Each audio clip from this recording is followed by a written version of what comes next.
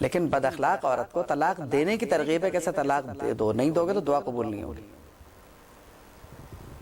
تو یعنی اس کا مطلب یہ ہوا کہ عورت کی خوش اخلاقی یا بد اخلاقی کا اثر بچوں پہ تو پڑتا ہی پڑتا ہے، شوہر کی عبادات پہ جا کے پڑتا ہے وہ. اور شوہر کا بھی یہ فرض ہے کہ وہ اس کی اصلاح کی کوشش کرے، یہ نہیں کہ جو وہ کہہ رہی ہے اسے کرنے دے، اس کے بعد طلاق کا پروانہ اس کے ہاتھ میں تھما دے کہ لو تمہیں طلاق. ایسا نہیں ہے.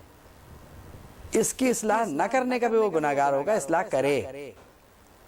اور جو پڑھی لکھی خواتین ہیں وہ اپنی اصلاح خود بھی کر سکتی ہیں. یہ ضروری نہیں ہے کہ شوہر ہی آ کے انہیں سمجھائے کہ نہیں جو میں کہہ رہا ہوں وہ مان لو، وہی اچھی بات ہے. سیئات الخلق ہونا، بد اخلاق ہونا، یہ تو حد سے زیادہ بری بات ہے. اور اب تو ماشاءاللہ یہ دیکھا گیا کہ ان کے حقوق اتنے بلند ہو گئے کہ شوہر کو مارتے تک ہیں ماشاءاللہ. اب جہاں یہ روش ہو جائے کہ جو کام شوہر کے لیے بھی منع ہو وہ ماشاءاللہ یہ خود کرنے لگیں، پھر تو سب کچھ ہو گیا، یعنی مسئلہ حل ہو گیا. پھر یعنی ایک بات تو یہ تھی کہ وہ محلے کی خواتین سے لڑا کرتی تھیں، ایک زمانہ وہ تھا. لیکن اب جب سے فلیٹس وغیرہ بن گئے، بڑے بڑے پروجیکٹس بن گئے اور پڑوسنوں سے لڑائی مشکل ہو گئی، تو وہ ٹیکنیک جو انہیں پڑوسنوں پہ اپلائی کرنی تھی وہ اپنے شوہر پہ اپلائی کر دی. اب مزاحاً ایک بات تو کہی جا سکتی ہے کہ چلیے ایسی عورتوں کے لیے یعنی شوہروں کو مارنے کے حد تک کی معاملہ اگر ان کی چٹیاں ہوتی شوہروں کی تو پھر کیا ہوتا، کیونکہ پڑوسنوں کے ساتھ تو یہ بھی ہو جاتا تھا.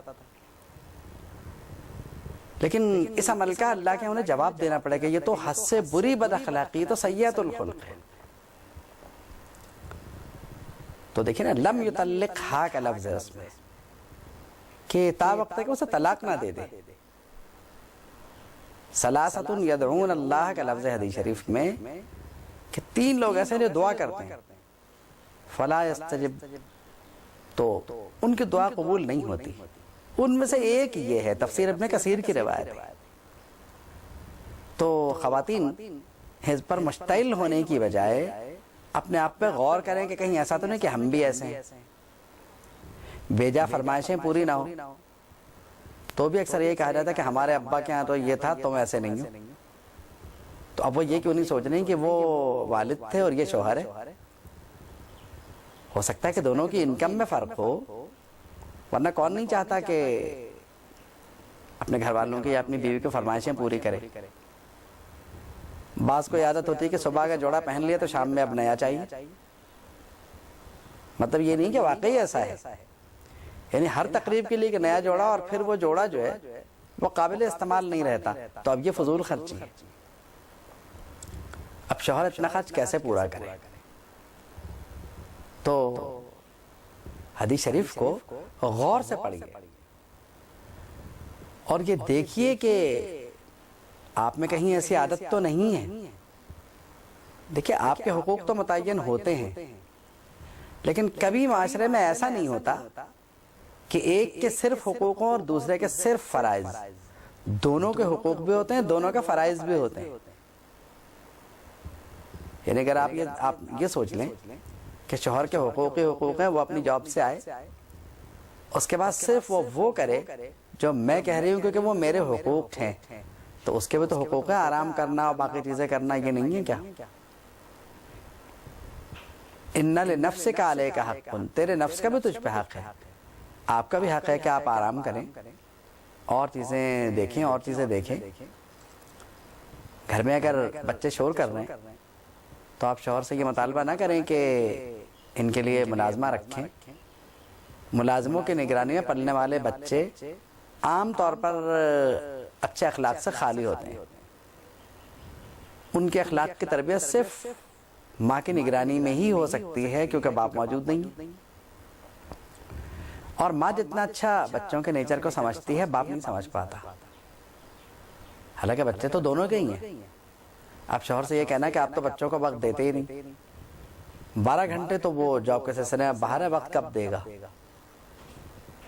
اگلے 12 گھنٹے بچتے ہیں، اگر آپ نے وہ 12 گھنٹے اسے جگہ جگہ کے گزار دے کہ لو بچوں کو وقت دو اب میں سوؤں گی، تو پھر دوسرے دن وہ سوئے گا اور جاب کی چھٹی۔ تو آپ یہ دیکھیے کہ دونوں ایک دوسرے پر بوجھ نہ ڈالیں، دونوں ایک دوسرے کی ذہنی حالت کا خیال کریں اور اپنے شوہروں کو، یعنی اس حدیث شریف میں جو بات بتائی گئی وہ یہی ہے کہ یہ اپنے شوہروں کو طعنے دیتی ہیں۔ دیکھو کفر کی تو صراحت فرما دی حضور نے کہ ایسا کفر نہیں ہے کہ جو اللہ سے کفر کر رہے ہیں۔ شوہر کے سلسلے میں نبی کریم صلی اللہ تعالی علیہ وسلم کا ایک ارشاد ہے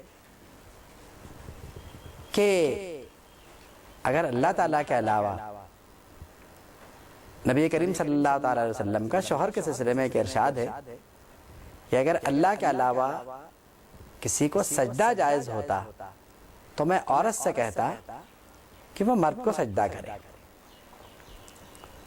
یعنی شوہر کے اتنے حقوق ہیں اور سجدے کی اجازت نہیں ہے۔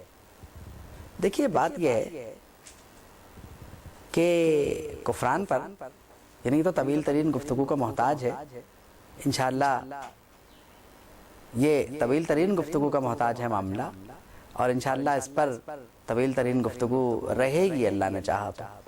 وآخر دعوانا ان الحمد للہ رب العالمین۔